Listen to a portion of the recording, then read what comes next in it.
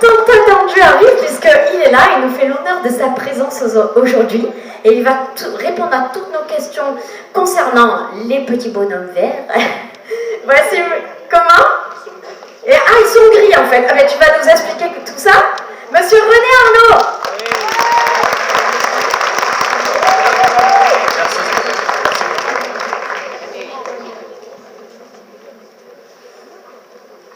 Alors aujourd'hui, donc cette présentation, ça ne sera pas une vraie conférence, on va vous laisser la parole parce qu'il y aura des témoignages. Je vais devoir répondre à quelques questions sans tabou, et puis aussi un débat public, car vous avez aussi le droit à la parole. Bon, je vais essayer de faire une courte présentation d'une vingtaine de minutes. Je vais essayer de ne pas trop déborder, de manière à pouvoir vous laisser la parole, notamment aux témoins et puis aux questions qui ont été sélectionnées par le public pour pouvoir éventuellement répondre à certaines interrogations légitimes qui concernent les ovnis. Alors, comme le disait Jacques Bernier, et soyons quand même dans cette lignée-là, je ne vous cacherai pas qu'on pourrait peut-être le penser, que les ovnis sont effectivement des hallucinations collectives provoquées par des extraterrestres. Alors, comme je l'ai déjà dit, les ovnis, aux États-Unis, on appelle ça un UFO, c'est un objet volant non identifié. Donc, un Unidentified Flying Object, qui en fait est devenu en français un ovni et qu'on aurait pu appeler l'ovniologie, mais l'ufologie était quand même beaucoup plus jolie.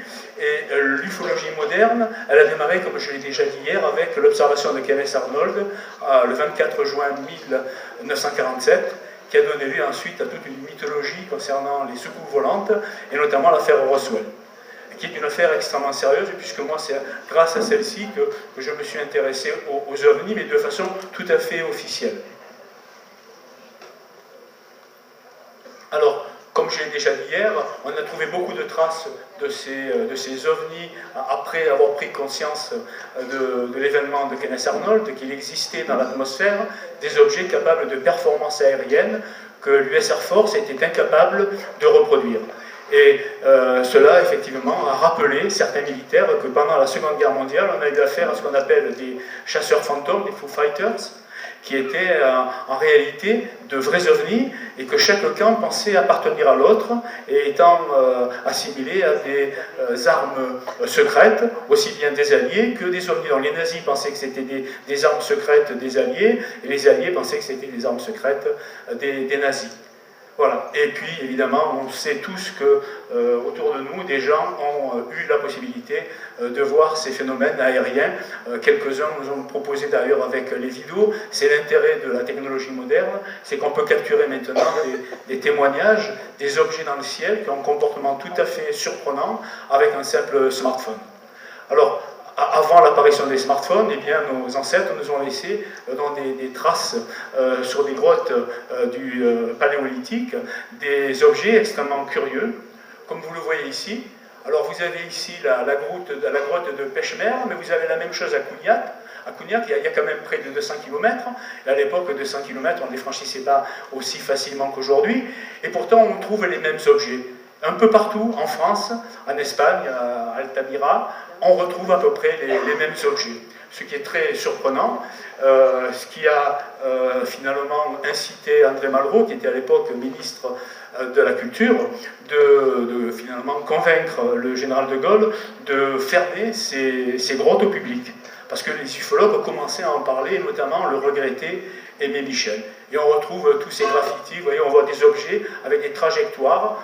J'ai parlé hier de l'homme blessé, et on retrouve ici une flèche où un ovni semble attaquer. Alors c'est vrai que mon appareil, si on le voit très bien, un ovni semble attaquer un animal, et on voit la même chose avec un être humain.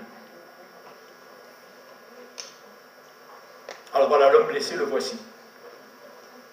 Et avec aussi ces mêmes objets qu'on retrouve, alors là c'est effectivement à Pêche-Mer, mais on retrouve ces mêmes objets à Cougnac et également en Dordogne à Lascaux. Alors, effectivement, les observations sont telles de ces objets, avec des performances que l'armée elle-même est incapable de reproduire, que beaucoup d'ufologues ont évidemment assimilé ces objets à une technologie d'origine extraterrestre. C'est ce qu'on appelait l'hypothèse extraterrestre ou HET. Alors, le phénomène ovni en réalité se décline en plusieurs aspects. Donc je vous ai ici résumé un petit peu l'ensemble que l'on connaît à ce jour. Alors il y a des observations et les vagues d'ovnis. Une vague d'ovnis, c'est en fait une multitude d'observations avec de multiples témoins sur une longue période. Tout le monde a entendu parler de la vague belge dans les fin des années 80, début des années 90, mais il y a eu aussi une vague d'ovnis en France dans les années 50 et précisément en 1954. Il y a l'archéologie fantastique, on en a déjà un petit peu parlé hier avec les Sumériens, et d'autres civilisations, bien évidemment, les crashs et les transferts de technologie, notamment à Roswell, et je pense, on pourra peut-être en parler plus tard, mais il y a vraiment eu un transfert de technologie, car notamment le transistor ne peut pas se justifier dans le contexte de l'époque, et comme par hasard, les scientifiques qui travaillaient sur les semi-conducteurs dopés, qui étaient donc, je crois, Bardeen, Brattain et Shockley, eh bien, travaillaient pour les laboratoires de la Bell Industries, qui avaient un contrat avec la base de Roswell. Donc ils étaient sur place quand l'événement s'est produit, et donc on peut forcément imaginer qu'ils ont pu récupérer des objets de navigation dans l'épave extraterrestre. D'autant plus que la technologie de l'époque s'orientait vers le vide, et personne n'aurait eu l'idée de doper des semi-conducteurs pour provoquer l'effet transistor. Ça a été une véritable révolution, et du jour au lendemain, l'électronique humaine, terrestre, a complètement changé. Puis vous avez, bon, tout le monde a entendu parler des mutilations animales, on en parle aussi depuis 2022 en France avec des équidés qui sont régulièrement mutilés, mais ça existe depuis les années 60.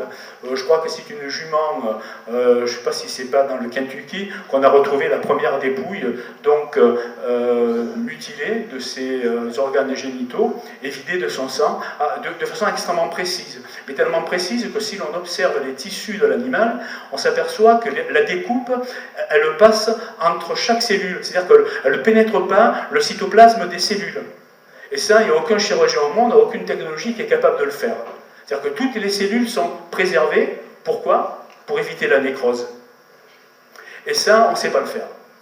Et je peux vous dire que moi, c'est ce qui m'a un peu aussi ému quand j'ai enquêté en 96, il y a eu des mutilations en Israël, et j'ai vu des ânes, enfin j'ai pu examiner donc des dépouilles, et franchement, c'est pas un comportement chirurgical normal. Et c'est pas l'hypothèse des satanistes qu'évoquent bien souvent les Américains, parce que les satanistes ne s'encombreraient pas à avoir un laser microchirurgical pour éviter les découpes entre les cellules, pour récupérer des morceaux de viande, afin de satisfaire leur rite tout à fait particulier. Donc c'est autre chose. Et en plus, on a retrouvé des carcasses d'animaux dont le squelette était broyé, comme si celui-ci avait été rejeté d'une très forte et d'une très haute altitude, comme s'ils avaient été récupérés par un ovni et ensuite rejetés une fois les mutilations effectuées.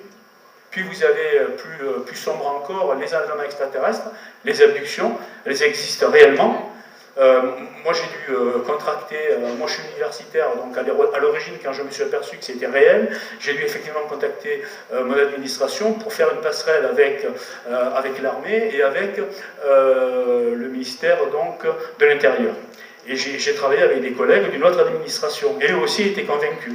À l'époque, il y avait notamment aussi le ministre, qui était le ministre de la Défense, François Léotard, et il s'est exprimé une fois sur une radio. J'ai l'enregistrement, je ne l'ai peut-être pas ici, mais je l'avais déjà proposé lors d'une autre conférence, où il disait que les journalistes ne posaient pas les bonnes questions, parce qu'il y avait en France plus de 40 000 disparitions d'individus dont on ignorait la manière dont ils avaient été enlevés, et on ne les retrouvait pas, à part quelques rares occasions, ils ne revenaient pas sur Terre. Et on ne sait pas du tout comment ces gens disparaissent. Puis j'avais les contactés. Dans la matinée ou en début d'après-midi, quelqu'un m'a parlé d'Eugenio Siragusa. Ce sont aussi des abductés ou des témoins particuliers qui prétendent avoir eu des messages par des extraterrestres. Les phénomènes paranormaux, eh bien oui, les phénomènes paranormaux, c'est le titre du salon, sont liés aux phénomènes ovni. J'espère un jour faire une conférence spécifique à ce sujet. Et enfin, les groupes gouvernementaux ou intergouvernementaux secrets, comme le MJ12, qui existent réellement. J'avais des collègues américains qui m'ont envoyé des documents classifiés où on faisait état de la création du MJ12 par Harry Truman, qui avait succédé à Roosevelt du fait de sa maladie. Truman l'a remplacé en tant que vice-président, et c'est lui qui a créé la CIA pour pouvoir étudier le phénomène ovni. Donc tout ça est bien réel. Alors les vagues d'OVNI, j'en ai parlé. Là, vous avez quelques photos classiques d'un pilote de chasse qui avait pris Concorde, son premier vol expérimental. Il était suivi par une boule étrangement stationnaire, c'est-à-dire que cette boule évoluait à la même vitesse que Concorde. Là, vous avez ce qu'on appelle le carrousel de Washington, où vous avez chaque nuit, pendant plusieurs nuits, des objets en formation autour du Capitole, puis d'autres objets plus ou moins célèbres. Il y a celui-ci dont on prétend que c'est un fake, c'est un objet triangulaire observé lors de la vague belge, mais personnellement, je ne pense pas que ce soit un fake, et que la personne qui l'a réalisé a été amenée quelques années plus tard à dire que c'en était un. Et puis, un des célèbres aussi, ce n'est pas un drone, et ça, c'est des observations qui, en général, perturbent énormément les témoins parce que les objets ont une forme arachnoïde. Ça ressemble à des insectes et spécifiquement à des araignées. Et le trouble perçu par le témoin est intense. J'ai pu le constater de visu. Alors, il faut dire une chose quand même, le problème des ovnis, c'est que bien souvent les documents militaires sont classifiés. Et je le dis quand même sans cesse, on peut dire tout ce qu'on voudra de Donald Trump, mais c'est le seul président des États-Unis qui a accepté de déclassifier des objets volant non identifiés qui l'étaient par l'US Navy notamment, plus que par l'US Air Force. Et on lui en a beaucoup voulu. Parce que beaucoup de présidents, lorsqu'ils étaient sollicités par des associations ufologiques, évidemment en tant que candidats, ont promis la Lune, et sans faire de mauvais jeu de mots. Et en général, depuis Carter, ils ne l'ont jamais respecté, jusqu'à Obama. Donc aucun président des États-Unis n'a respecté ses engagements de déclassifier les documents de l'US Navy et de l'US Air Force. Sauf le dernier, c'était Trump. En 2016, il s'était engagé. Et quand il a gagné évidemment les élections, en janvier 2017, il a voulu commencer à les déclassifier. Le Pentagone s'y est opposé, mais comme il avait des amis au Pentagone, il s'est arrangé pour faire fuiter 3 vidéos, en 2017 donc, pour contraindre les autorités militaires à les rendre publiques. Et c'est ce qu'il a fait. En 2017, elles ont fuité, et en avril 2020, le Pentagone a été contraint de les déclassifier. Je vais vous les montrer. Ce ne sont pas des objets de performance humaine. Voilà. Et là, il y a eu, à la suite de ces déclassifications, il y a eu aux États-Unis, le 26 juillet 2023, une information extrêmement importante qui n'a pas du tout filtré en Europe, c'est que le Congrès américain, c'est un peu comme chez nous, c'est une organisation bicamérale avec le Sénat, il y a 100 sénateurs, et vous avez des représentants de la Chambre des représentants qui correspondent aux députés, et qui sont au nombre de 377. Donc il y avait 477 sénateurs députés qui ont interrogé des militaires sous audit affidavit, c'est-à-dire qu'ils prêtaient serment de ne pas mentir, et aux États-Unis, quand vous mentez au Congrès, c'est un crime fédéral. Et un crime fédéral, c'est la prison à vie. Il faut savoir qu'en France, c'est différent. Le Congrès, rappelez-vous, avec François Hollande, voilà, c'est presque du théâtre. Nous, aux États-Unis, ça ne marche pas comme ça. Un militaire qui ment au Congrès, il se retrouve à Saint-Quentin, et pour longtemps.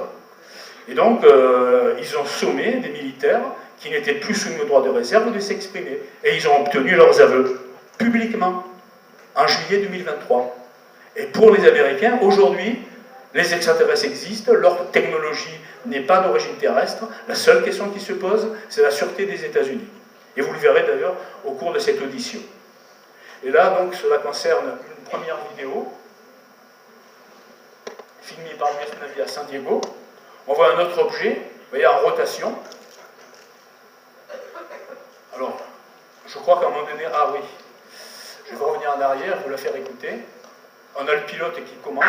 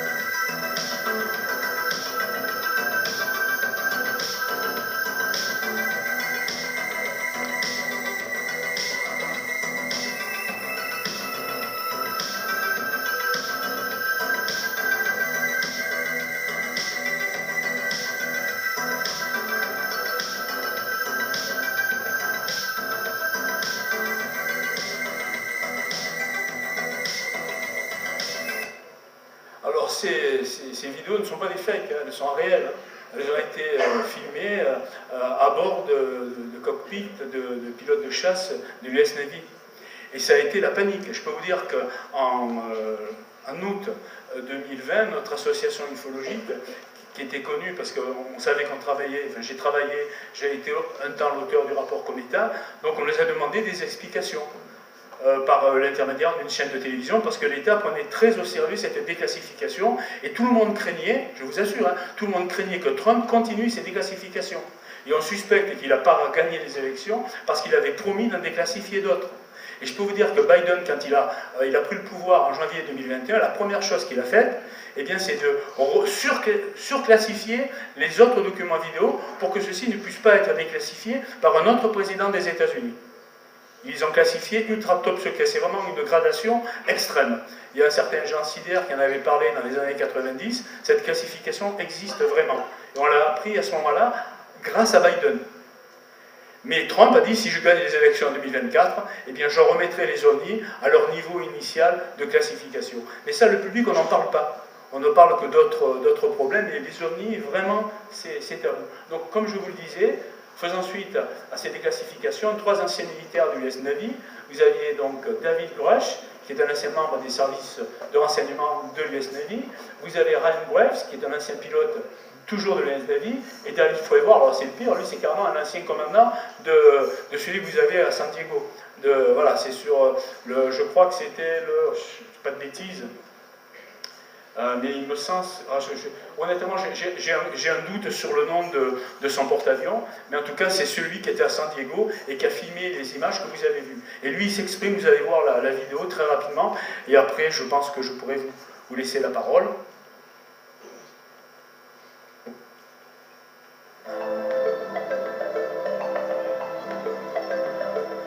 Je crois que c'était le limite. Has the U.S. government become aware of actual evidence of extraterrestrial, otherwise unexplained forms of intelligence? And if so, when do you think this first occurred?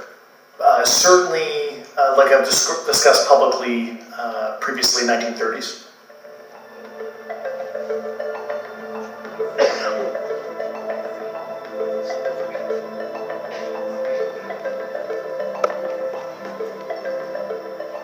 Parts of our government are aware more about UAP than they let on, but excessive classification practices keep crucial information hidden. Since 2021, all UAP videos are classified as secret or above. This level of secrecy not only impedes our understanding, but fuels speculation and mistrust. A small solid white tic-tac object with a longitudinal axis pointing north-south and moving very abruptly over the water like a ping pong ball. As we pulled nose onto the object, within about a half mile of it, it rapidly accelerated in front of us and disappeared. Do you believe UAPs pose a potential threat to our national security? Yes, and here's why. The technology that we faced was far superior than anything that we had. You're talking something that can go into space, go someplace, drop down in a matter of seconds, do whatever it wants, and leave, and there's nothing we can do about it.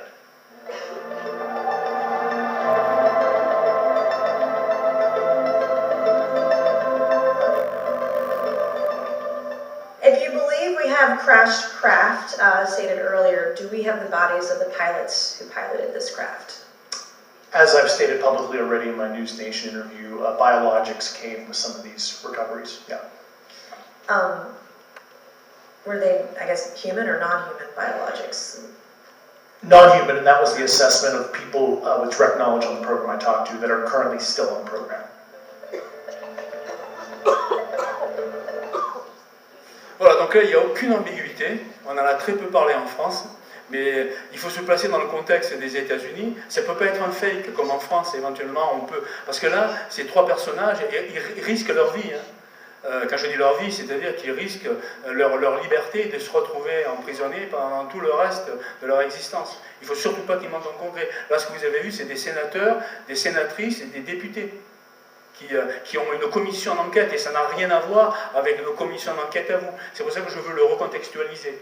Donc pour les Américains aujourd'hui, le problème, c'est plus de savoir s'ils existent ou pas, ou si on va en avoir la preuve, c'est de savoir s'ils représentent un problème pour la sécurité nationale. C'est la seule question qui se pose aujourd'hui. Je peux vous le dire, on a contacté des ufologues américains. Aux États-Unis, ça se passe comme ça. Vous voyez, et en Europe, on n'en parle plus trop beaucoup. Il y a quelques débunkers qui ont dit que, évidemment, ils montaient, mais en fait, ils se sont situés dans un contexte français. En France, ça ne se serait pas passé. Alors, je vois que le temps est déjà dépassé. Je vais peut-être reprendre quelques minutes avant de donner la parole à Stéphanie pour me poser quelques questions. Je prends juste 2-3 minutes. Donc, l'archéologie fantastique, j'en ai parlé avec les Sumériens. J'ai déjà présenté ces artefacts. Donc des bas-reliefs avec des objets anachroniques, notamment chez les Sumériens, avec leur connaissance de l'astronomie, qui est tout à fait incompatible avec une société qui sort à peine du néolithique, et à Saqqara, un objet parfaitement aérodynamique. Voilà. Donc on avait déjà des planeurs à Saqqara. Saqqara, c'est 3500 ans avant Jésus-Christ, vous voyez, c'est tout à fait impensable. Voilà. Et là, regardez, voilà, donc là vous avez... Alors c'est quand même très curieux, alors on a cherché beaucoup, mais on dirait un ordinateur portable évidemment, même avec des prises USB, c'est très curieux, mais cette sculpture existe réellement, hein, c'est pas une plaisanterie, on a essayé d'analyser, et l'analyse a peut-être trouvé l'explication, c'est que ceci serait en réalité une boîte à bijoux sans profondeur. Il faut savoir que pour les Grecs, les bijoux c'était très intime. Jamais une femme ne laisserait quelqu'un d'autre ouvrir sa boîte à bijoux. C'est, dans le contexte de la culture grecque, c'est juste impossible. Donc on ne sait pas ce que c'est. Alors ça c'est une pièce de monnaie de 1680, et cet objet-là que vous voyez, je n'ai pas porté d'autre, on le voit de partout. Dans des peintures donc de la Renaissance, d'avant la Renaissance, d'après la Renaissance, à plusieurs siècles de différence, on retrouve le même objet. Et voilà une pièce de monnaie de 1937 américaine. C'est curieux quand même, c'est en 1937. Et il y a une représentation d'une créature dont on a commencé à entrevoir le phénotype qu'à partir de la fin des années 40. Donc cette pièce de monnaie avait 10 ans d'avance. Voilà, les crashs et les transferts de technologie, on pourra en reparler. Les mutilations animales, voici quelques échantillons. Les crop circles, quelques échantillons. Les éléments extraterrestres. Betty et Barney Hill sont, peut-être j'en parlerai lors des questions que l'on me posera, dont je ne vais pas m'y appesantir davantage. C'est quand même le cas d'abduction. Une abduction, c'est un enlèvement extraterrestre, et bien, est le plus documenté à ce jour. Et sous hypnose, eh bien, effectivement, ils ont un profil particulier et systématiquement, ils possèdent un implant. On en a récupéré.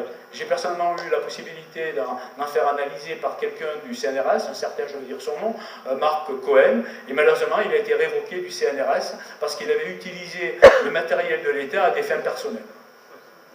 Et pourtant, il y avait des microcircuits. Je vous jure que c'est vrai. Hein. C'était un collègue. Les contacter, j'en ai un petit peu parlé. Claude Fourillon, les phénomènes paranormaux, eh bien, il se trouve que les phénomènes paranormaux se produisent pratiquement au même moment que les survols d'OVNI, au niveau des observations. Mais ça, j'en parlerai peut-être lors d'une autre conférence, et je vais laisser la parole à Stéphanie, qui aura peut-être quelques questions à me poser à ce sujet. Merci beaucoup René, c'est vraiment passionnant, ça vous plaît? Oui. Eh bien, ça va continuer parce que je te propose René qu'on passe aux questions maintenant, on va s'installer. On a fait une synthèse des questions qui reviennent le plus souvent et monsieur Arnaud va nous répondre du mieux qu'il peut. Je te donne du monsieur maintenant, hein, voilà. Attention. Hein. Je m'entends. Alors, première question, pourquoi nous cache-t-on les apparitions d'OVNI? Voilà. Ça, c'est une question de base, et elle a une raison historique. C'est pas le grand complot, même s'il peut y en avoir, c'est pas pour une raison de grand complot, c'est une peur historique que l'on doit à Orson Welles. Peut-être en avez-vous déjà entendu parler, il a fait un canular, et ce canular extraterrestre a provoqué la panique chez les militaires. Et cela s'est passé le 30 octobre 1938. Le 30 octobre 1938, la veille d'Halloween, il a voulu adapter un roman de science-fiction, celui de H.G. Wells, La Guerre des mondes. Mais il ne voulait pas en informer le public. Et il a adapté ce roman de science-fiction sous forme théâtrale donc dans la radio de CBS à New York. Et il a commencé directement cette adaptation comme s'il s'agissait, on va dire, d'un simple reportage de la chaîne. Alors que le roman, vous le savez, le roman décrit de façon évidemment très fictionnelle une invasion extraterrestre, et notamment une invasion martienne. Et le reportage traduisait la même chose. Mais c'était tellement bien fait que les auditeurs ont cru qu'il y avait une réelle invasion extraterrestre dans les environs de New York. Et ce qui fait que sur les 6 millions de New-Yorkais, il y en a 1 million et plus qui ont quitté leur domicile et qui ont essayé de quitter la ville. Et c'était une panique. Il y a des gens qui se sont suicidés dans les tunnels à cause des encombrements, parce qu'ils ne pouvaient plus circuler. Donc il y a eu des suicides massifs de pères de famille qui tuaient leurs enfants et leurs femmes. Et ce que je vous raconte est historique. Ça a traumatisé Orson Welles. Et pas que lui d'ailleurs. 1 million de personnes. L'armée était complètement dépassée. Je crois qu'il y a eu un téléfilm qui narre cette mésaventure, cette tragédie, mais c'est un téléfilm qui est relativement ancien. Et donc, la police de l'État s'est rendue compte que 1 million de personnes sur les routes, c'était ingérable. 1 million à partir de 6 millions. Il y a 350 millions d'Américains aujourd'hui.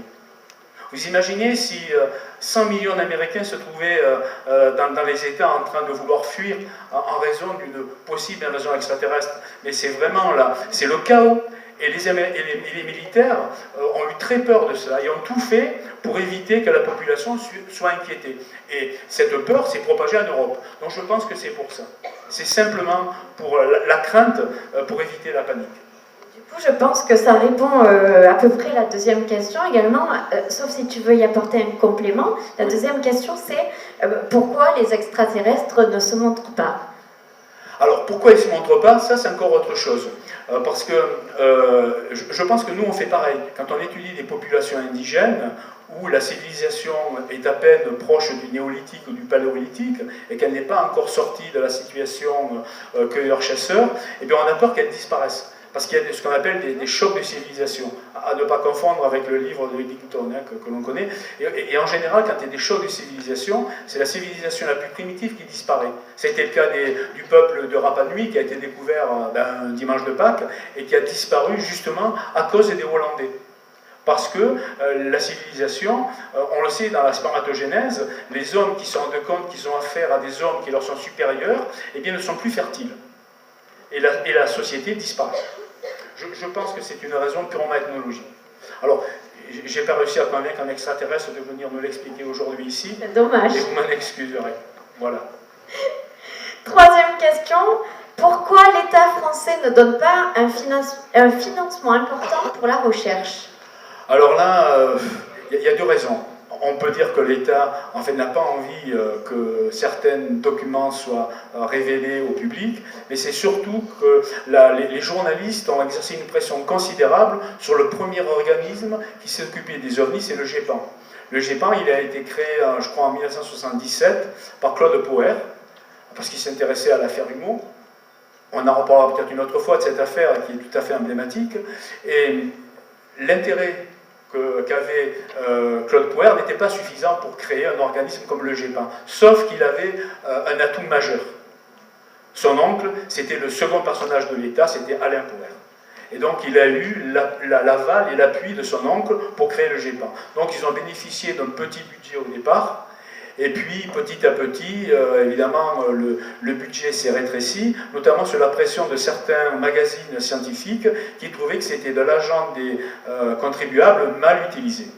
Et à force d'exercer une pression, en 1986, ils ont réussi à faire disparaître le GEPAN.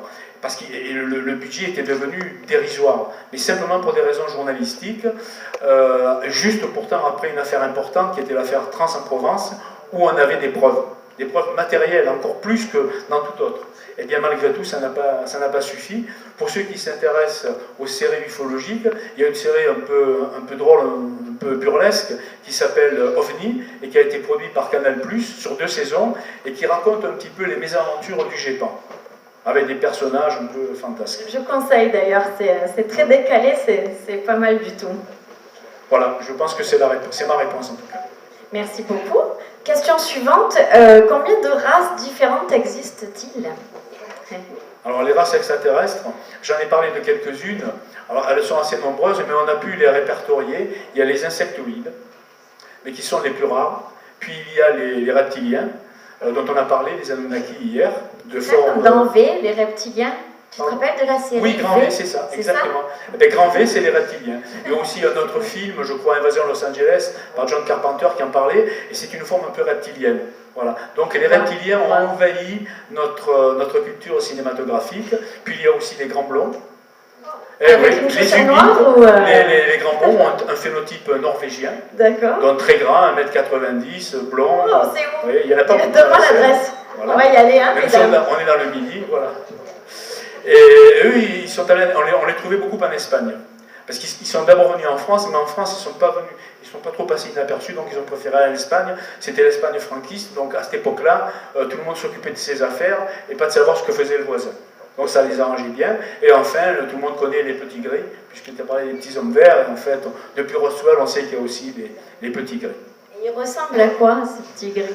Ah ben les petits gris, ils ressemblent à des créatures humanoïdes, donc imberbes, sans sexe. Et donc, on ne sait pas comment ils se reproduisent, mais on pense que c'est plutôt des robots biologiques.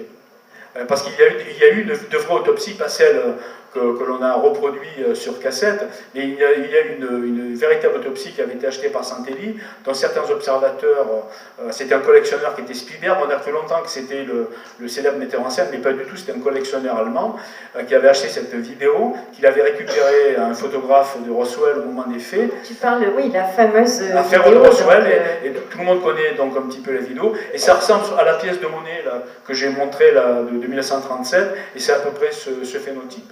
Voilà.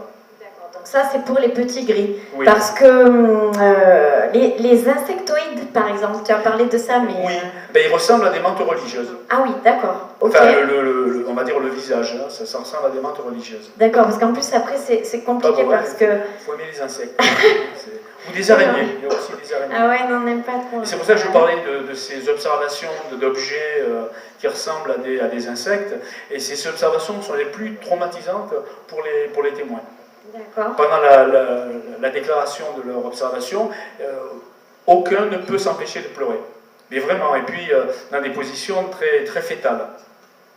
Donc le traumatisme est profond parce qu'il y a vraiment une interaction entre l'observateur et l'objet observé. Ça, c'est une caractéristique. C'est un état modifié de conscience. Ceux qui observent ces objets, ça les marque à vie. Et on ne peut pas être marqué à vie par la foudre en boule. On ne peut pas être marqué à vie par un ballon sonde ou par un drone ou par la Lune ou par Vénus. C'est pas vrai. Le traumatisme est profond et il dure des décennies chez les témoins. Bah oui, quand on sait qu'il existe autre chose, forcément, c'est... Merci beaucoup. On passe à la question suivante.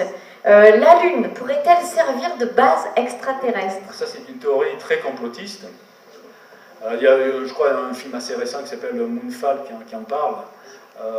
Mais c'est vrai que la Lune elle présente quand même des correspondances physiques très, très curieuses. Il faut savoir qu'en 1969, quand le programme Apollo a démarré, notamment le programme Habité, Apollo 11, eh bien, à leur départ, ils ont fait un crash volontaire pour savoir s'il pouvait y avoir des tremblements de lune, pour installer plus tard, avec la mission Apollo 12, des sismomètres.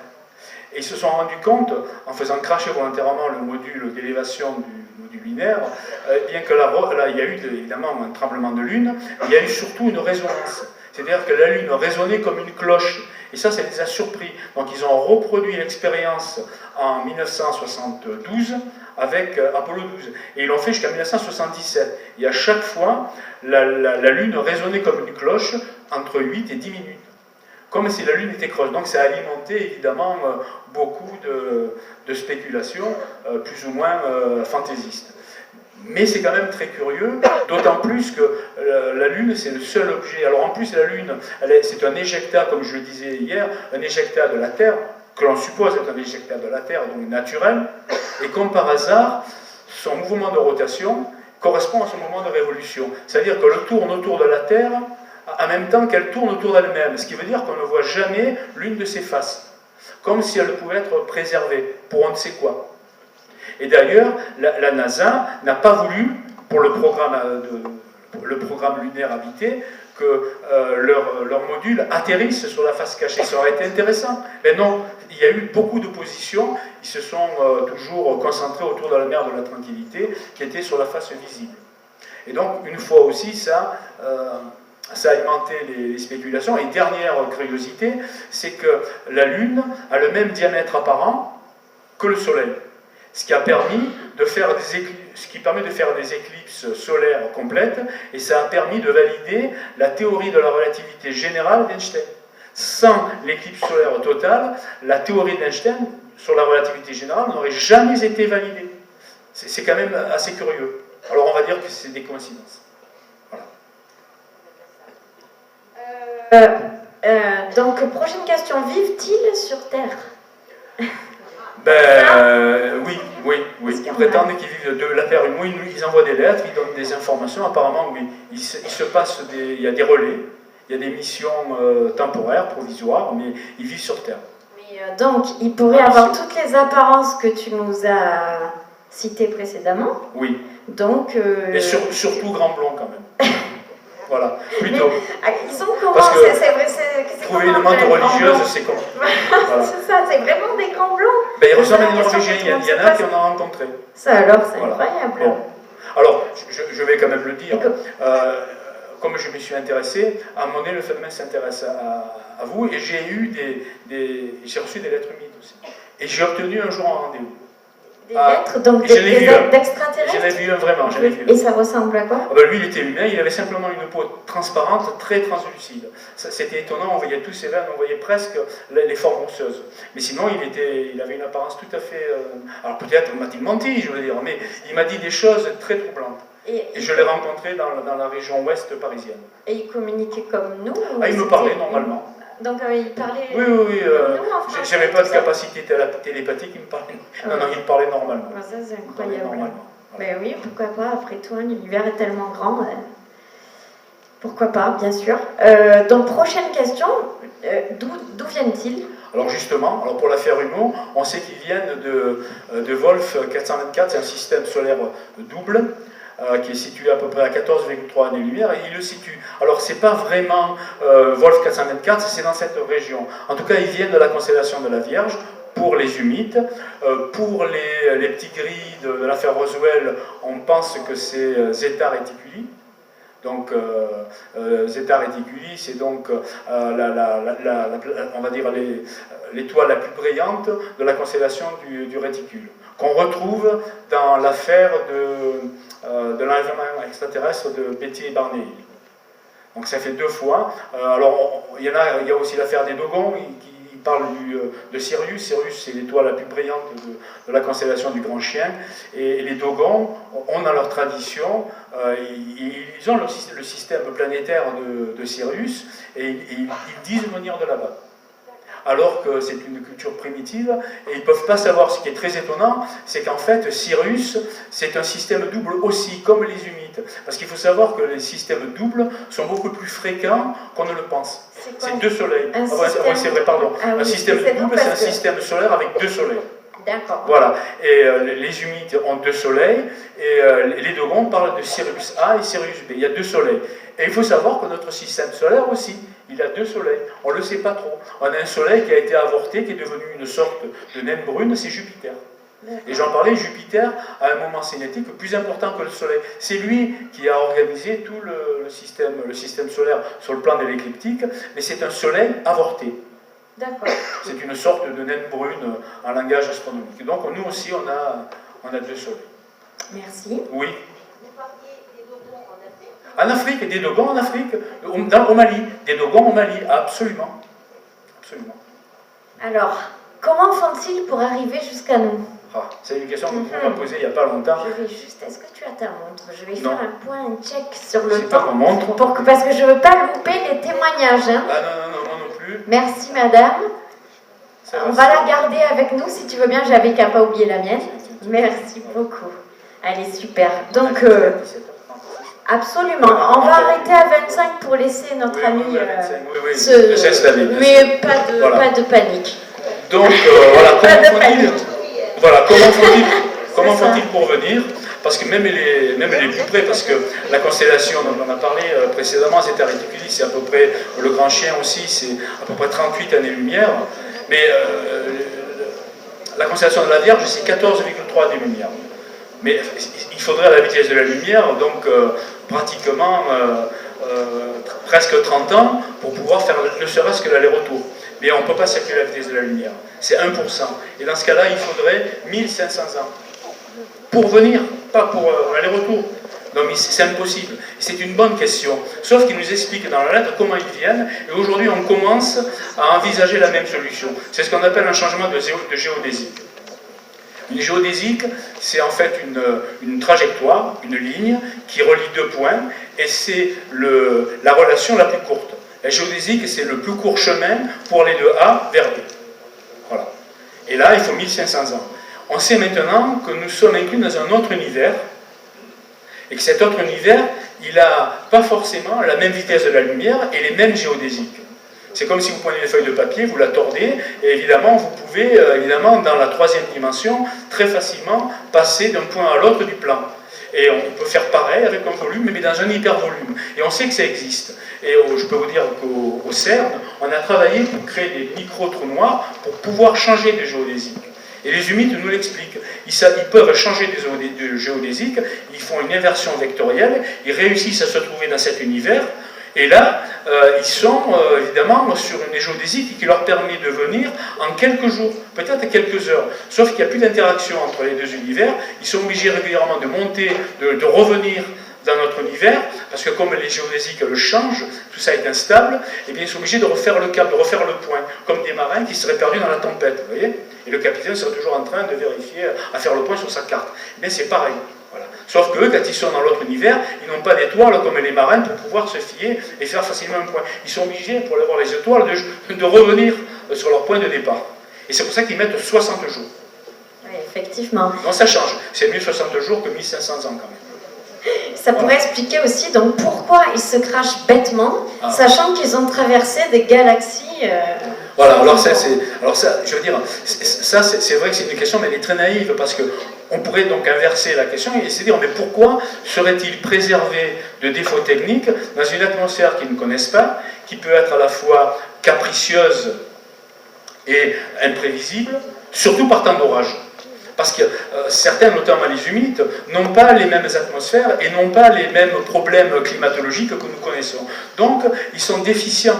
Et on peut imaginer, effectivement, des déficiences techniques en période d'orage. Et l'affaire de Roswell, c'est pendant un orage que l'épave, en tout cas que la nef s'est écrasée. Ce n'était pas encore les humides, puisque les humides sont venus après. Mais c'est un petit peu la même correspondance. Et nous-mêmes, n'oublions pas que pourtant nos avions, qui sont d'une très haute technologie, eh bien, il leur arrive quelquefois, malheureusement, de se cracher. Donc on peut donner malheureusement le même parallèle, le même défaut de compétence pour certains objets extraterrestres. C'est pas parce qu'ils sont plus évolués que nous qui sont parfaits, évidemment. Alors, question suivante.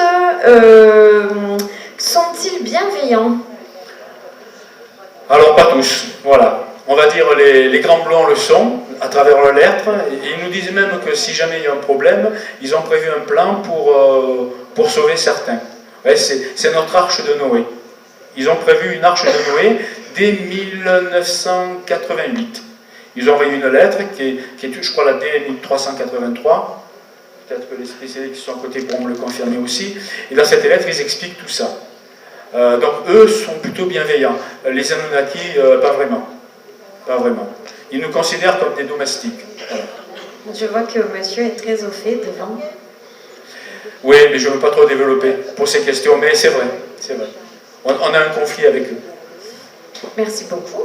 La Terre serait-elle un laboratoire expérimental ou une expérience? Pourquoi pas, c'est une théorie encore complotiste, j'en sais rien. Ça, je ne sais rien, mais on peut tout imaginer. En tout cas, on le sait, grâce à l'affaire de Roswell, il y a une infirmière qui a travaillé sur un hôpital qui était chargé de récupérer les corps des extraterrestres recueillis, et elle a pu entretenir des relations avec un de ces extraterrestres, en tout cas elle a pu communiquer, et lui, il lui a dit ce genre de choses. Il lui a même dit une chose terrible, il a dit, vous ne le savez pas, mais en réalité, vous êtes presque comme des nôtres, vous venez vous aussi de loin, mais où vous êtes, c'est un pénitencier, vous êtes en détention, parce que vous avez fait des choses qui sont impardonnables, d'où vous venez, mais vous ne le savez pas. Voilà ce qu'aurait dit ce gris à cette infirmière, qu'en fait on serait tous des détenus. Et parce que certains, plus que d'autres peut-être, ont commis des fautes impardonnables et on s'est retrouvé piégés sur la Terre, assez isolés de leur planète d'origine. Oui, Voilà. c'est la même histoire que le karma, la réincarnation. En gros, J'en sais la rien. Terre serait un jeu vidéo, un purgatoire, où on viendrait s'incarner dans un corps physique afin de pouvoir faire des expériences qui nous permettent de faire évoluer notre âme, en fait. Hein. Et ça, c'est même la théorie. version ufologique matérialiste. Voilà. Merci beaucoup. Donc, ça je l'ai déjà dit. Y a-t-il des connexions ou des rapprochements entre les extraterrestres et les gouvernements? Ben justement, j'ai parlé des gouvernements secrets comme MJ12. Oui, Truman, on sait maintenant que Truman, il a créé la CIA pour analyser l'activité OVNI dès septembre 1947, suite à l'affaire de Roswell. Et son ministre de la Défense, qui était James Forrestal, lui s'y était opposé et il a été suicidé. Il s'est jeté dans l'hôpital psychiatrique, il faut le savoir, hein, il s'est jeté dans l'hôpital psychiatrique après avoir reçu la visite de 2 agents. D'après le témoignage du personnel hospitalier, il a été pendu donc au radiateur de sa chambre avec le drap de son lit, et quand on l'a pendu, on l'a défenestré, il a crié en soudain, tout ça, tout ce que je vous dis est historique, vous pourrez le vérifier, hein. Il a crié « Les Martiens débarquent ». Pourquoi le ministre de l'Intérieur de Harry Truman aurait crié « Les Martiens débarquent » en se défenestrant de sa fenêtre d'hôpital? Je vous le demande. Ont-ils déjà construit des pyramides? Alors là, franchement, j'en sais rien, j'y étais pas. Ce que je peux vous dire, c'est qu'il y a des théories comme je crois que c'est Joseph Davidovich, qui est un géophysicien, spécialiste des géopolymères, et il a mis une théorie qui est tout à fait acceptable et qui malheureusement n'est pas extraterrestre, c'est celle des pierres reconstituées. C'est-à-dire que le problème des pyramides, c'est le déplacement des blocs. Et lui, il a dit, ils n'ont pas déplacé des blocs, ils ont simplement reconstitué, comme du mortier, les pierres sur place. Ce sont des géopolymères. Alors c'est vrai, ça tient la route, on aurait pu créer des pyramides comme ça, sans déplacer le bloc, sauf que la connaissance des mortiers est incompatible avec le niveau de culture des Égyptiens, donc il y a à peu près, on va dire, 5000 ans, quoi. C'est entre 4 et 5000 ans. C'est pas tout à fait normal, donc la porte reste ouverte. D'accord. Question suivante. Y a-t-il des personnes qui sont enlevées par les extraterrestres? Et si oui, pourquoi? Oui, ça on est certain. Et moi, j'ai communiqué d'ailleurs avec mon administration, comme je le disais, et c'est vrai, hein, d'ailleurs le département des disparitions inquiétantes, il n'a pas été créé par le ministère de l'Intérieur parce qu'il y avait des gens qui voulaient échapper au fisc ou qui voulaient ne plus être retrouvés par leur ex. Non, c'est pas ça. Il a été créé parce que des gens disparaissaient vraiment, on ne savait pas où ils allaient, d'où ils revenaient, et dans des conditions très étranges. On retrouvait leur véhicule sur le bas-côté de la route, avec le moteur encore chaud, le plafonnier allumé, les portes ouvertes et personne. Alors qu'ils étaient attendus par des amis et ils ne sont jamais arrivés à leur destination. En fait, ça ressemble à un conte pour enfants, un peu comme Boucle d'Or, c'est assez hallucinant. Donc ces gens disparaissent, mais en quantité astronomique. Il y en a 46 000 par an. Notre ministre de la Défense a dit 46 000 par an. C'est pas n'importe quoi. J'ai travaillé avec les services de l'État, je peux vous dire que tout ceci est vrai. Et on ne sait pas. Et notre ministre de la Défense, et Léotard, un jour l'a dit, il a pété un câble, et pendant une audition pour un roman qu'il avait écrit, c'était La vie nostalgique et les méduses, eh bien, il a dit aux journalistes, mais pourquoi vous ne me demandez pas où vont ces gens qui disparaissent à raison de... Alors à l'époque, il avait le chiffre de 40 000. Il a dit, c'est quand même étonnant, on ne sait pas où ils vont ces gens. Voilà, on ne sait pas. À l'époque de François Léotard, c'était 40 000. Aujourd'hui, on a à peu près ce chiffre de 46 000. Il y en a énormément, et énormément d'enfants aussi qui disparaissent. Alors pourquoi disparaissent-ils? Il y a un profil spécifique, et les gens qui disparaissent ont peu de familles. C'est pour ça qu'il y a très peu de traces. Voilà, il y a un profil spécifique, il y a très peu de familles, très peu, voilà, ils ont une vie sociale assez réduite, et une vie familiale quasiment nulle. Et donc ceux-là peuvent disparaître. C'est le cas de Bernet et Betty Hill, et on sait, il y a un profil particulier, ils sont soumis à des expériences médicales durant leur abduction. Pourquoi? Il semblerait qu'ils cherchent à faire des croisements. D'accord. Voilà. Donc comme nous avec les animaux en fait. Voilà. Alors peut-être un peu comme les Anunnaki, parce que comme je le disais hier, les Anunnaki ont créé les hommes en mixant justement de la génétique reptilienne avec celle des grands singes. Et ça explique le passage des 24 paires de chromosomes aux 23 paires. Voilà, ce qu'on ne peut pas expliquer par la génétique conventionnelle. D'accord. Donc peut-être font-ils la même chose, mais je ne sais pas bien pourquoi. sûr. En tout cas, il y a des implants. On a retrouvé des implants, ils existent vraiment. Comme je l'ai dit précédemment, on a récupéré des implants, et ce n'est pas d'une technologie conventionnelle. C'est beaucoup trop petit, c'est une nanotechnologie qu'on est incapable de reproduire. Et encore, on avait connaissance de ces implants dès le début des années 2000, donc il y a à peu près 20 ans, quoi. Une vingtaine d'années et plus même. Et même aujourd'hui, on serait incapable de les reproduire. Et je vous parle de gens qui travaillent dans la physique des matériaux, aluminium et ailleurs, et qui sont chargés justement de fabriquer des microcircuits. Donc eux ne savent pas le faire. Alors que c'est leur spécialité. Donc tu parles des implants qu'on a retrouvés sur les Qu'on a gens retrouvés sur des qui gens. ont disparu et réapparus. Sur des gens, oui. J'ai enquêté sur des gens où il y a les personnes. Alors les implants, la position est assez générale. Soit c'est dans le nez, soit c'est sous l'oreille, soit c'est au niveau du genou ou de la cheville. C'est à peu près là où on les trouve, mais quand c'est au niveau des parties hautes, c'est très difficile à extraire. J'ai une personne qui a été abutée avec un implant, c'était au niveau de l'oreille, mais c'était tellement, on l'a fait des radios, hein, c'était tellement enchevêtré dans les tissus nerveux qu'il y avait un risque majeur de l'opérer. Donc évidemment, on n'a rien fait. Effectivement. Dernière question avant de passer au témoignage. Fake ou pas, l'affaire de Roswell? Alors ça, non, c'est pas du tout un fake, c'est réel, et c'est même ce qui m'a motivé personnellement. Parce que quand cette affaire est sortie, je me suis dit, tiens, de toute façon, quand je me suis intéressé aux ovnis, je me suis dit, c'est des véhicules qui doivent s'écraser, il doit y avoir des défaillances, et à ce moment-là, on doit avoir des traces technologiques. Et à ce moment-là, il arrive l'affaire de Roswell. J'essaie de comprendre s'il y a eu un transfert ou pas de technologie. Et effectivement, il y a eu un transfert, parce qu'à l'époque, c'était impensable de pouvoir fabriquer un transistor. En 1947, eh bien, alors l'effet transistor, il a été publié en 1948 par 3 scientifiques, Bradin et Shockley. Donc, ils ont appelé ça l'effet du hasard. Mais pour un scientifique, ça ne peut pas être l'effet du hasard. Pour faire un transistor, à l'époque, il fallait du germanium et il fallait de l'antimoine à raison de 1 ppm. Un ppm, c'est une partie par million. Il y a l'atmosphère complètement aseptique et stérile. Donc il faut avoir des combinaisons pour créer. C'est vraiment impossible. Et en plus, ce qu'on oublie de dire, c'est qu'on ne pouvait pas trouver sur la même paillasse de l'antimoine et du germanium, parce que c'était 2 filières industrielles différentes. J'ai fait cette étude à l'époque, pourquoi? Parce qu'on était au lendemain de la Seconde Guerre mondiale, et il y avait des restrictions industrielles. Donc une industrie ou un laboratoire ne pouvait pas se permettre d'acheter n'importe quoi. Donc on ne pouvait pas à la fois acheter du germanium et de l'antimoine sans savoir ce qu'on allait faire. Sinon, ce n'est pas possible. Voilà.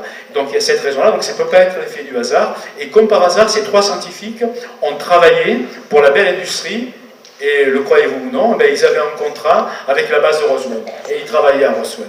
Donc là, allez, trop c'est trop. Tout à fait. Merci beaucoup.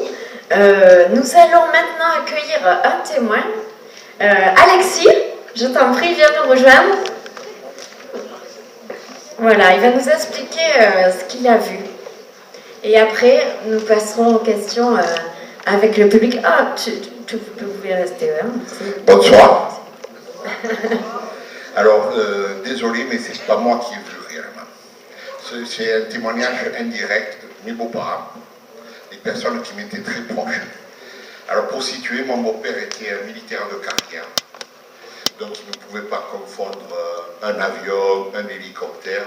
À l'époque, les drones n'existaient pas. Et il ne buvait pas non plus. C'était pas buveur. Je tiens à le préciser. Important de préciser. C'était en 82. Ils partaient en vacances. Ils venaient voir, ils habitaient à Parentis-en-Born, dans les Landes, et ils venaient voir la famille dans les Bouches-du-Rhône. Et sur le chemin, très rapidement, ils se sont vus suivis ou devancés par un engin lumineux. Alors, je ne saurais plus vous dire s'ils ont commencé à le voir à droite, à gauche, au-dessus ou quoi. Mais une chose est sûre, c'est qu'ils ont été suivis et l'engin les a suivis de façon différente, un peu devant, un peu sur le côté, tout ça.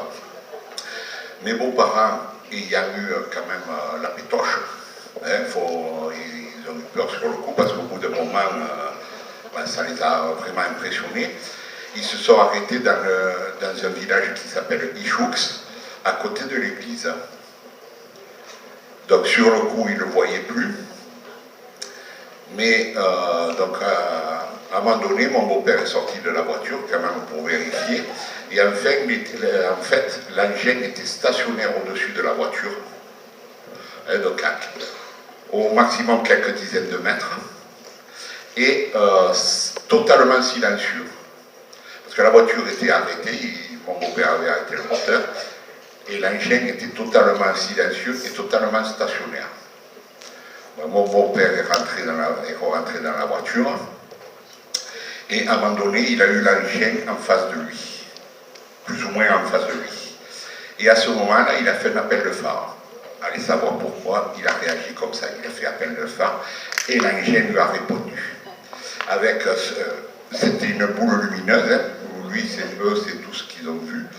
Et la lumière a décru jusqu'à disparaître et est réapparu et a cru, voilà.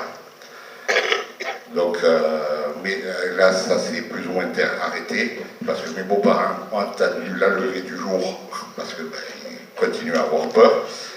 Et puis bon, l'engin a fini par partir, le jour s'est levé et mes beaux-parents sont rentrés. Et mon beau-père ne m'a raconté cette histoire que quelques années après que j'ai épousé sa fille.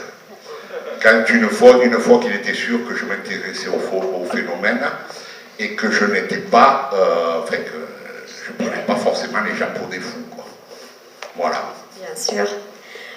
Merci Alexis. Oui, on peut l'applaudir. Je voudrais juste faire une J'allais intervention. vous demander si vous souhaitiez Parce que ce témoignage est très curieux, c'est pour ça que je voulais quand même que vous l'entendiez. Je connais bien Alexis, et quand il me l'a raconté, ça m'a évoqué un autre événement. Parce que c'est exactement la même histoire qui est arrivée à Betty et Barney Hills, dans la nuit du 19 au 20 septembre 1961. Tu peux nous rappeler qui sont ces personnes? Alors je vais en parler. C'est ça? Alors en plus il faut savoir que c'était compliqué parce qu'on est dans l'Amérique ségrégationniste, Barney est noir et Betty est blanche. Donc c'était un couple mixte. Donc déjà il y avait un problème pour pouvoir paraître crédible après cette mésaventure. Et ce couple revenait de vacances, qui était du côté de la Floride, je suppose, et ils remontaient dans le New Hampshire. Ils habitaient dans le Maine. Et dans cette nuit-là, évidemment, ils ont eu exactement la même histoire. Ils ont remarqué qu'un ovni les observait. Barney, qui conduisait, s'est arrêté. Il a voulu savoir ce que c'était. Et l'ovni leur a envoyé des signaux. Enfin, ils ont compris, enfin, ils ont pris les signaux de l'OVNI comme des signaux leur étant adressés. Donc Barney a joué lui aussi des appels de phare et ils ont vu que l'objet leur répondait. Et ils ont eu très peur. Donc ils se sont enfuis, ils sont rentrés chez eux, ils se sont rendus compte que dans leur emploi du temps, il leur manquait 55 minutes. Ils sont arrivés 55 minutes trop tard, c'est ce qu'on appelle un missing time. Et ils ont été abductés, donc enlevés pendant ce laps de temps. Et peut-être c'est arrivé également aux beaux-parents d'Alexis, je n'en sais rien. J'ai jamais pensé à leur poser la question. Voilà. Et puis, maintenant ils sont décédés malheureusement. On avait aussi un autre témoignage d'abduction qui était très important, d'une famille qui a été enlevée à plusieurs reprises avec ses enfants. Cette personne devait déjà faire un témoignage à l'Arena en septembre 2023. Elle n'a pas pu venir parce que 2-3 jours avant, elle avait fait un coma diabétique. Là, elle devait venir aujourd'hui. Je l'ai eu au téléphone donc jeudi dernier et elle venait de faire une chute. Et elle ne pouvait pas venir avec son fils. Mais je crois que la raison réelle, c'est qu'elle ne voulait pas témoigner pour une raison beaucoup plus pragmatique. C'est que son fils, alors je ne dirai pas son nom, est un acteur assez connu. Ce n'était pas toujours en premier rôle, mais il fait des petits rôles, il est très typé, il est connu, et je pense qu'il ne veut pas trop s'exprimer en public, parce qu'en ce moment, dans le milieu du cinéma, ça se passe pas très bien. Et il n'a pas envie, peut-être, de livrer au public une telle aventure. Voilà. Merci beaucoup. Je vois qu'il y a déjà des questions. Donc, René, est-ce qu'on prend quelques questions du public? Il y a également des témoignages. Je vais peut-être me déplacer.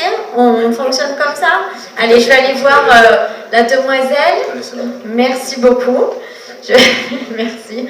Après, il y aura madame. Oui, j'ai vu au fond aussi. Monsieur. D'accord, on va essayer de faire passer tout le monde. Alors, est-ce qu'il y en a, levez la main ceux qui ont des témoignages, qui ont vu des choses? Monsieur, ok. Et toutes les autres personnes, ce sera pour des questions, c'est ça? Ok, il y a une question de monsieur, ok. Elle est où la demoiselle que j'allais aller voir? Elle est par là, elle est là. Alors, hop, je vais passer.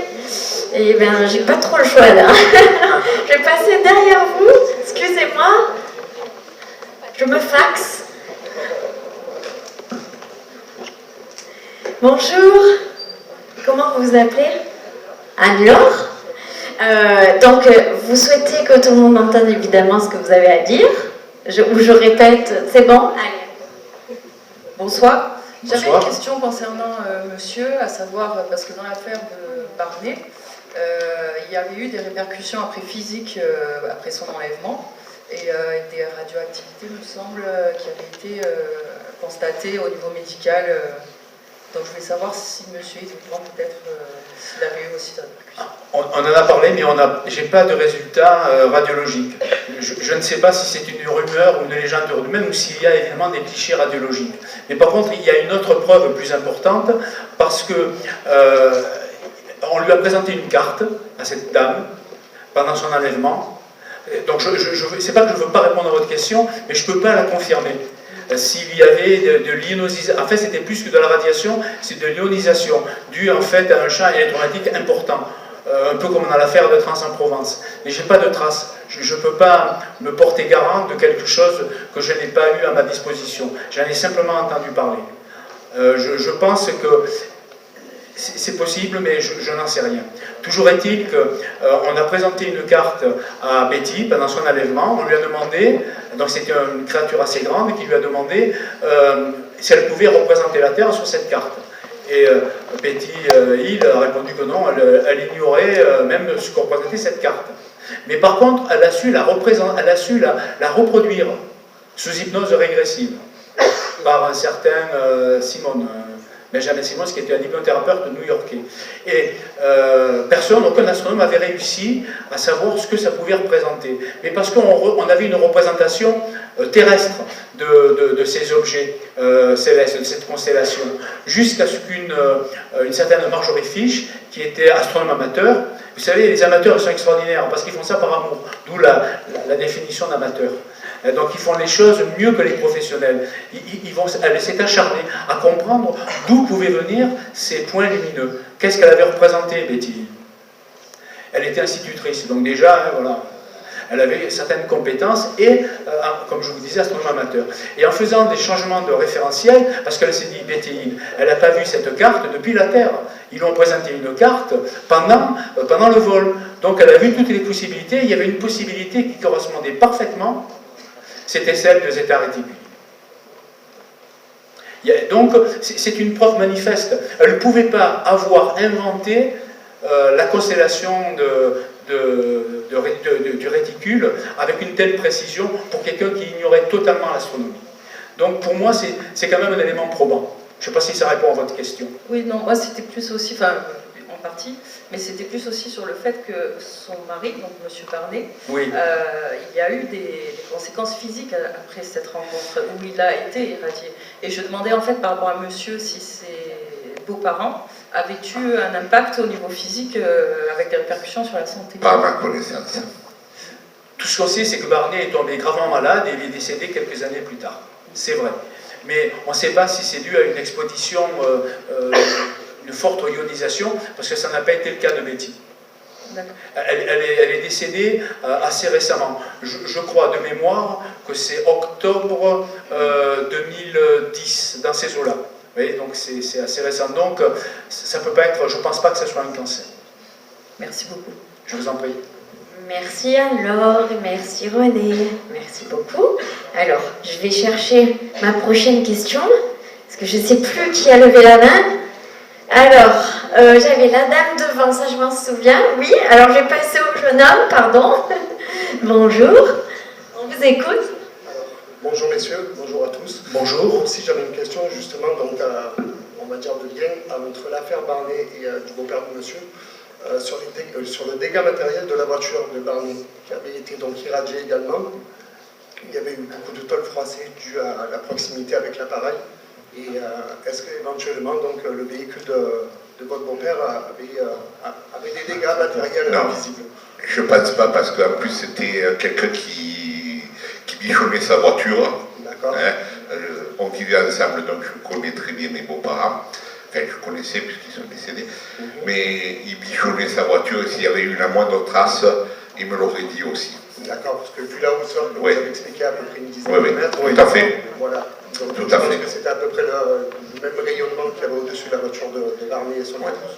Mais effectivement, oui, donc eux, ils ont eu des dégâts matériels visibles sur leur véhicule. Il y avait tous les plastiques qui avaient sur tout ça, et même les chromes. Et c'est pour ça que je voulais savoir s'il y avait eu des dégâts sur cette voie de mon père. Alors je rebondis sur ce que vous dites, parce que si vous avez des informations, ça m'intéresse, parce qu'on n'a pas de documents très précis là-dessus. On sait qu'il y a eu des dégâts, mais on pense qu'ils ont eu un accident, parce qu'à un moment donné, Barney a vu que son véhicule avait quitté la route. Il était au-dessus de la route. Et il a perdu ensuite, il a eu un choc, et c'est pour ça, eux, ils ne se sont pas rendus compte que c'était peut-être à la descente. Il a vu que la montée. En fait, dans l'article que j'avais lu, il disait que c'était dû justement à une intense chaleur. Alors justement, j'ai un cas, une intense chaleur, il faut voir comment ça s'est passé. Et je n'ai pas le document du carrossier. Je peux vous dire, voilà, parce que j'ai eu aussi un cas similaire, une famille qui s'est fait enlever régulièrement. Alors c'est toujours au retour de vacances, et c'est ce que je disais, c'est curieux, c'est des familles qui se font enlever au retour de leurs vacances. Et là, ils allaient dans la Creuse, et ils passaient par Aubusson. Et ils ont eu exactement la même histoire que Barney. Sauf que là... Il y a le site de Bucarache, pas très loin. Oui, j'en conviens, mais le problème c'est de pouvoir expertiser le véhicule. Là j'ai eu l'occasion de l'expertiser, et il faut voir quand il y a un choc, vous avez des arêtes. Donc c'est très facile à caractériser. Là, c'était thermomoulé. Vous voyez, donc là, ça ne pouvait pas être un choc, ça ne pouvait pas être un accident. Moi, je n'ai pas eu les photos du véhicule, donc je ne peux pas me prononcer. Là, pour le cas de Guéret, alors ce n'est pas à Guéret, c'est un petit village, je n'avais pas le nom, ni le nom de la famille, ils m'ont demandé de ne pas le dire, je le comprends très bien. Eux, ils ont eu un bénéfice, à tel point qu'ils ont eu des implants qui ont réglé leurs problèmes d'invalidité que le mari avait. Le problème, c'est qu'il était en procès contre l'hôpital de Guéret, il a été obligé de simuler son ancien handicap pour continuer à bénéficier de sa pension d'invalidité. Parce qu'après son enlèvement, le bénéfice lui retirait son invalidité. Ce qui fait penser un peu au projet de Neuralink d'Elon Musk actuel. Mais par contre, la carrosserie était thermomoulée. D'accord. C'est-à-dire que voilà, on avait retiré les haut-parleurs, donc il y avait du magnétisme, la voiture avait été ionisée, parce qu'on avait retiré les haut-parleurs donc de l'arrière, il n'y avait plus d'électroaimant, on était sûr, et il y avait quand même un fort champ magnétique. On avait le véhicule, et c'était bien thermomoulé. Alors que pour Barney, il n'y a pas de cliché de photo, on n'a que des propos du phologue. Voilà. C'était simplement un article dans la revue magazine Top Secret de Rob Oui, Soker. je sais, je connais Rob Soker, oui, je sais, mais excusez-moi, pour un scientifique, c'est pas assez probant. Je peux pas, voilà. Pourtant, des fois, même pas pour ça. C'est parce que je ne peux pas considérer comme probant une simple déclaration. Oui, mais après, chacun peut avoir voilà, ça alimente. Voilà, ça a été ma démarche, elle n'est pas toujours comprise, parce que sinon, si je tombe sur un cas, sur une fraude ou sur une mauvaise intention, c'est fini. Tout ce que je peux dire du jour au lendemain, ça n'a plus de valeur. Je sais justement. Vous comprenez, c'est mon problème. On est d'accord, au moment où on n'a pas de preuve, on ne peut rien affirmer. Voilà, je ne peux pas affirmer. Pour cette famille à Guéret, je peux l'affirmer. Pour Barney, ils ont été enlevés sous hypnose. Pour moi, la carte de Marjorie Fish, c'est sans conteste. Voilà, il n'y a aucune contestation. Le reste, je ne sais pas. Je vous comprends. En tout cas, merci d'avoir répondu. Je vous en prie, monsieur. Merci. Merci beaucoup, c'était très intéressant. Dis donc, René, il y a la relève qui est assurée là. Oui, donc la prochaine fois, il fait une place. Alors, je vais descendre voir la dame du premier rang, ensuite je remonterai. Ce que je propose après, pour être vraiment sûr d'avoir des témoignages, c'est qu'on va passer à un ou deux témoignages. Et après, si elle le temps, on prendra un jeune homme ou ça. C'était lui qui demandait. Toi? Ah d'accord, et après je fais madame aussi qui a levé la main, je t'en prie. Du coup en fait j'ai juste une question. Alors est-ce que c'est vrai que les États-Unis ont fait un pacte avec les aliens pour faire de la reproduction? Est-ce que c'est vrai ça, monsieur? Alors je ne sais pas si c'est vrai, mais on a des témoignages qui vont dans ce sens-là. Il y a un certain scientifique qui a prétendu qu'il y a eu effectivement un accord avec les gris, un transfert de technologie, et en retour, il leur permettait de pouvoir enlever des gens. C'est John Lear. Vous faites allusion aux révélations de John Lear. C'est lui qui a travaillé pour le gouvernement et j'ai connu quelqu'un aussi en France qui me disait la même chose. Je peux dire son nom parce qu'il m'y a autorisé, il est aujourd'hui décédé, il travaille pour la DST et c'est ce que me disait un certain Eugénie, pas Eugénie Ségoras, je dis n'importe quoi, c'était... j'ai un trou de mémoire brusquement. C'était... je n'ai que son nom en tête, mais il est en train de me sortir. Je pensais à Eugénie, mais c'est pas lui. C'est... je suis désolé, son nom ne me revient pas, mais je vous le dirai quand il me reviendra. Et il disait la même chose que John Deere. Mais je n'ai pas de preuves flagrantes. Mais il semblerait qu'effectivement, il y ait un accord entre certains gouvernements et certains aliens. Mais est-ce une légende urbaine? Je ne sais pas. Ça répond à ta question. Merci beaucoup. Voilà. La personne que je connaissais, c'était Théodore Allegria, et lui, il me disait exactement la même chose que vous venez de dire. Il a travaillé pour la DST pendant 26 ans. Voilà. Alors, puisque madame avait une question, justement, après je vais prendre un témoignage. Allez-y, madame. Oui, alors j'aimerais revenir. Bonjour. Bonjour. Si je parlais d'un... Alors, on ne vous entend pas. Allez-y. Oui. J'ai entendu parler d'un texte de loi qui avait été voté au Sénat, justement pour revenir sur la crainte en termes de sécurité par rapport aux ovnis, au peuple autre que terrien. Et est-ce que vous pouvez confirmer ces textes de loi qui interdiraient, je reste au conditionnel parce que je n'ai pas tout à fait la certitude de tout cela, qui interdirait aux gens de monter sur des vaisseaux non terrestres? Vous appelez par vaisseau on en a parlé non terrestre, c'est... Non terrestre, bien sûr que ça terrestre. C'est les ovnis, quoi, en fait. Voilà, mais oui, que... Donc ce serait un crime fédéral de monter sur un bâtiment extraterrestre. Bien sûr. Alors c'est une information qui est arrivée comme ça durant l'été. On ne sait pas si c'est suite à l'audition de David Grush au Capitole. On ne sait pas. Mais en tout cas, cette rumeur a circulé. Je m'en méfie parce que certains voulaient décrédibiliser l'audit de ces 3 anciens militaires de l'US Navy, parce que là, c'est fracassant. Hein. Et on sait très bien qu'ils n'ont pas raconté l'histoire parce qu'ils étaient en exercice au moment des faits, c'est-à-dire en 2005 et en 2007. Et c'est les documents qui ont été déclassifiés qui ont fuité en 2017 et puis déclassifiés en avril 2020. Et donc on ne sait pas si c'était pour faire un contre-feu ou pas. Mais en tout cas, ce que vous dites, j'en ai entendu parler, mais j'ai essayé parce que on peut se connecter au Congrès.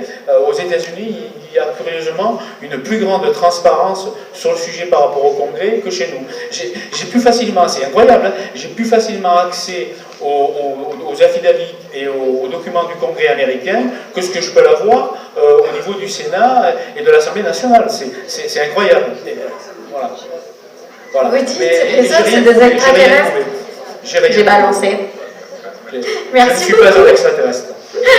Ça, on ne sait pas. Bien entendu. Ah ben, ça, on ne sait pas. Alors, les témoignages, vous me rappelez, vous avez levé la main. Messieurs, là, il n'y a que 2 personnes ou c'est moi qui ne vois pas? Il n'y a que les 2 messieurs, ben, je vais pouvoir écouter tous les 2, alors c'est formidable. Alors, le premier monsieur. Moi, je ne le vois pas très bien. Voilà. Bonjour, monsieur Darme. Bonjour. Moi, en 2021, j'étais dans les gorges du Verdon, donc côté de Saint-André-les-Alpes, et là, il y a un lac, ça s'appelle le lac du Castillon. Et on était avec mon pote, on se baignait, il était à peu près 3h l'après-midi, c'était en août.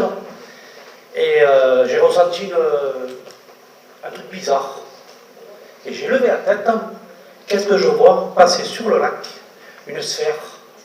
Un peu haute, mais une sphère. Elle a longé doucement. Et j'ai pas eu le temps de dire à mon pote, regarde ce qu'il y a. Elle a accéléré les coups, mais à une allure que c'est même pas un avion, aucun bruit. Pas de bruit de moteur, rien. C'est un truc de fou, quoi. C'est métallique. Et ça avait une allure incroyable. C'était vous dites en 2021? En 2021, sur le lac de Saint-André. Et vous avez la date en tête? En août. En août, vous n'avez pas le jour non plus? C'est pour savoir s'il y a des concordances avec d'autres témoignages. C'était sûrement un samedi ou un dimanche. Un samedi, voilà, un samedi ou un dimanche, en week-end du mois d'août 2021. Tout à fait. Vous n'avez pas vérifié si d'autres témoins dans la presse s'étaient manifestés. Non. Il vous serait possible peut-être de vous rapprocher d'Alexis ou de le cadreur, là, votre voisin, qui appartient au CEOF, qui est une association ufologique, et de lui reproduire votre témoignage. Oui, pas de souci. J'en ai pas trop parlé parce que voilà, toujours pareil. Hein.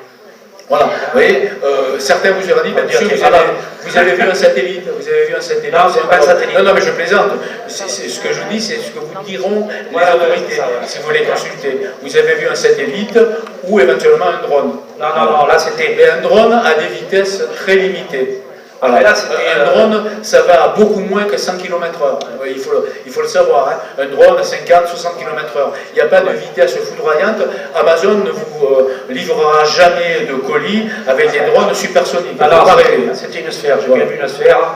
Elle est passée à une allure assez vite. Mais quand j'ai pas eu le temps de dire à mon pote, quand je me suis tourné, elle est partie à une allure, c'est impossible que ce soit un avion, impossible. C'est pas possible.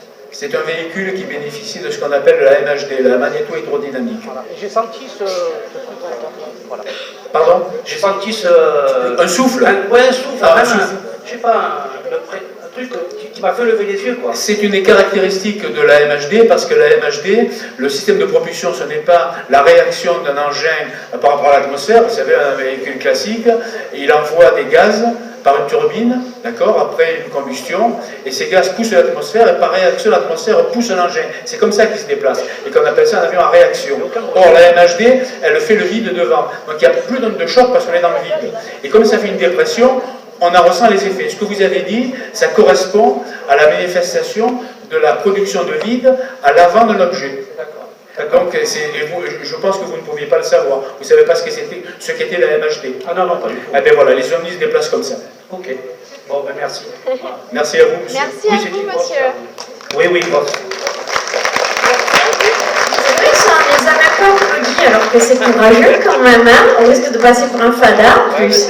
Ah, je vois un monsieur qui lève la main, mais jamais le monsieur. Monsieur, c'est pourquoi? C'est pour un témoignage? Ah, vous avez vu ça aussi? Par rapport au monsieur? D'accord. Alors je vais d'abord recueillir le témoignage. C'était vous, monsieur? Je vous en prie. Bonjour à tous. Bonjour. Alors, c'était un soir d'été. Bonjour. C'était un soir d'été. Mon fils, il était tout petit. J'ai 38 ans, j'avais 28 ans, il y a 10 ans. J'étais sur ma terrasse. J'habite sur une colline. On est en hauteur. Devant moi, il y a 2 km, comment on pourrait dire, une genre de vallée. Je vois loin devant. Et on était sur la terrasse, on fumait une cigarette. J'avais pas fumé, pas bu. Je buvais pas, je fumais pas. Et donc j'ai vu une lumière arriver de loin.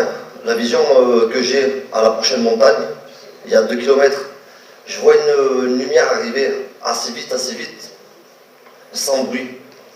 Et il y avait ma femme, et je pensais que c'était un planeur ou un avion qui avait plus de moteur en pleine nuit.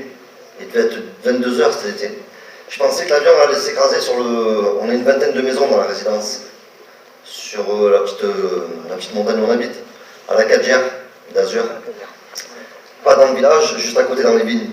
Et donc je vois cette lumière arriver à fond. Et d'un coup, je crie sur elle, je dis rentre vite dans la maison, parce que je pensais qu'elle allait s'écraser sur nous. Mais j'ai pas quitté l'objet des yeux par curiosité, parce que j'y crois depuis tout petit à tous ces machins bizarres.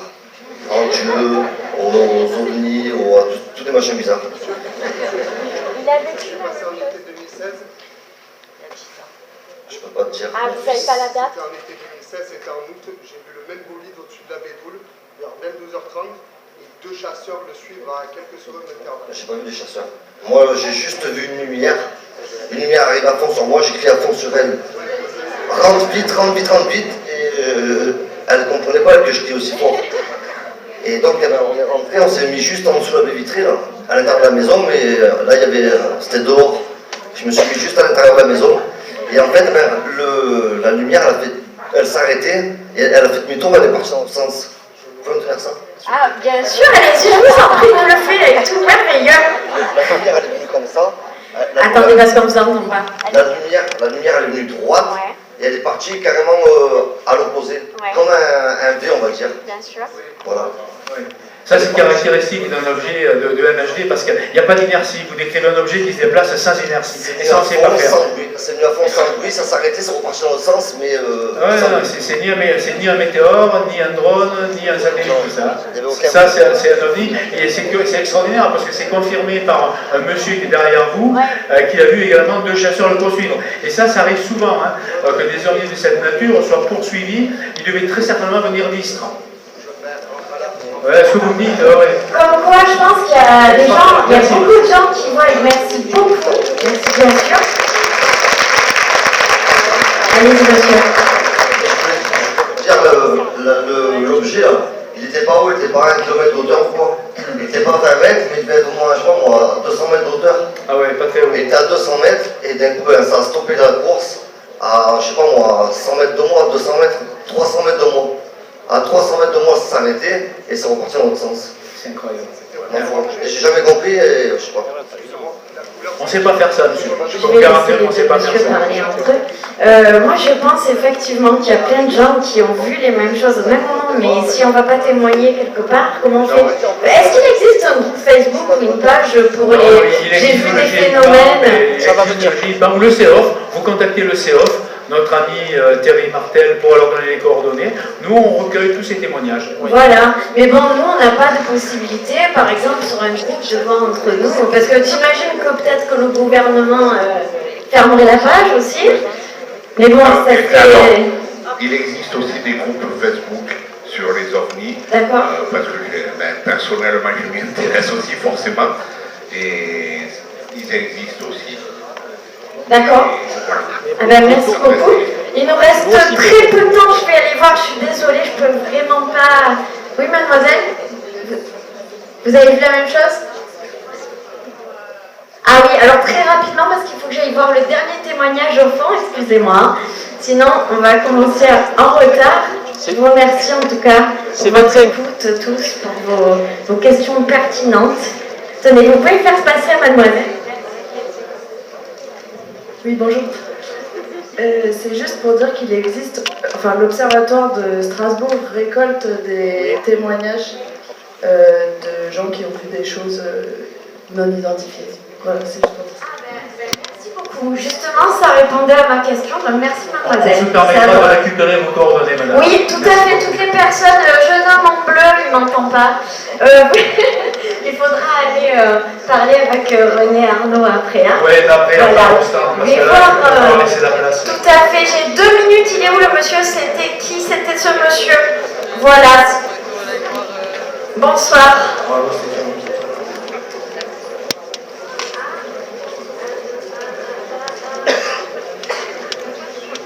Vous m'entendez? Voilà, c'est bon. C'est les unités, il a dit. Allez-y.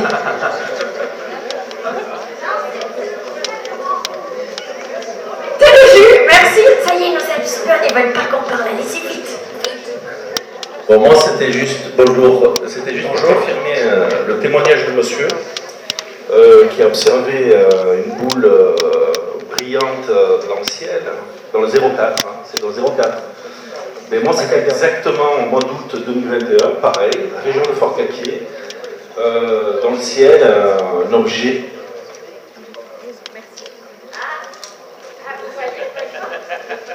Ils veulent pas. Ça fonctionne? Merci, je sais pas. Je vais changer de micro sinon. Non, mais je crois qu'il va falloir laisser la place. Oui, il faut laisser la place. Oui, oui. Voilà, je suis vraiment désolée, monsieur. Mais voilà, je vous invite à aller voir monsieur Arnaud. Désolée, on aurait voulu tous partager ça. Merci, merci infiniment à tous. Merci pour votre attention. Ne partez pas. Il y a un spectacle extraordinaire qui arrive là maintenant tout de suite. Avec un monsieur qui est assez connu parce que c'est un des meilleurs